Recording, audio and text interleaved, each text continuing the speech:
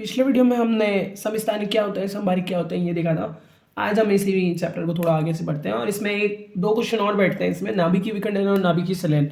इस chapter number 13 में ये दो क्वेश्चन अलग से पूछे गए हैं और इनके आने के चांसेस मुझे लगते हैं कि इस बार भी है, तो मैं आज उन्हें रिपीट कर रहा हूँ।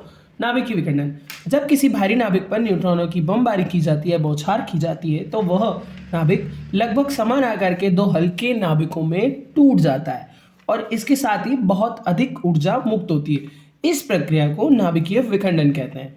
ठीक है, इसको अगर हम एग्जाम्पल से समझें कि एक भारी नाभिक है, अगर उन पर क्या करते हैं कि न्यूट्रॉन की अगर बौछार की जाती है तो वो है ना दो अलग अलग हल्के नाभिकों में समान आकार में या समान द्रव्यमान में विभक्त हो जाता है और इस विभक्त के कारण क्या होता है कि टूटने के कारण एक बहुत सारी ऊर्जा मुक्त होती है।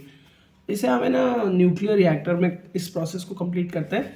अब इसके उदाहरण को देखते हैं। जब हम यूरेनियम नाभिक या यूरेनियम के नाभिक से एक मंदगामी न्यूट्रॉन को टकराते हैं या उसकी बौछार करते हैं तो यूरेनियम इसको अवशोषित करके एक अस्थायी आइसोटोप बनाता है और इसके साथ नाभिक में और बेरियम और क्रिप्टॉन जो कि एक तत्व है उसके साथ तीन नए न्यूट्रॉन और बहुत सारी ऊर्जा का निर्माण करता है। इसको हम एक इक्वेशन के तौर पे समझते हैं कि यूरेनियम की एक न्यूट्रॉन से क्रिया की जाती है तो यूरेनियम इस न्यूट्रॉन को अवशोषित कर लेता है और एक आइसोटोप का निर्माण करता है और अपने साथ दो अलग से अवयवी तत्व और तीन न्यूट्रॉन अलग से ऊर्जा के साथ उत्पन्न करके बाहर निकालता है।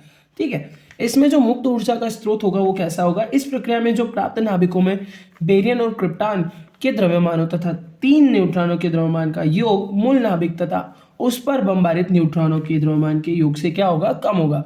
ये जो न्यूट्रॉन है ना, इन तीनों पदार्थों और जो तीन न्यूट्रॉन जो अलग से प्राप्त हुए थे उनके द्रव्यमान के योगफल के बराबर से क्या होगा? इसका मान हमेशा कम होगा इनका।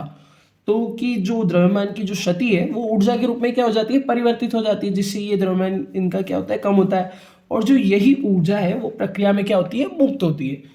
इस क्वेश्चन, ये तो नाभिकीय विखंडन यहाँ पे खत्म हो जाता है। इस क्वेश्चन के बाद एक छोटी सी डेफिनेशन है जो बंधन ऊर्जा, ये मैं करवाना भूल गया था, मेरे को पहले करवाना थी बट रह गई थी, तो उसको भी देख लो। ये 2 नंबर के हिसाब से आती है। किसी सहसंयोजक बंध को बनाने या तोड़ने के लिए जितनी ऊर्जा की आवश्यकता होती है उसे बंध ऊर्जा कहते हैं।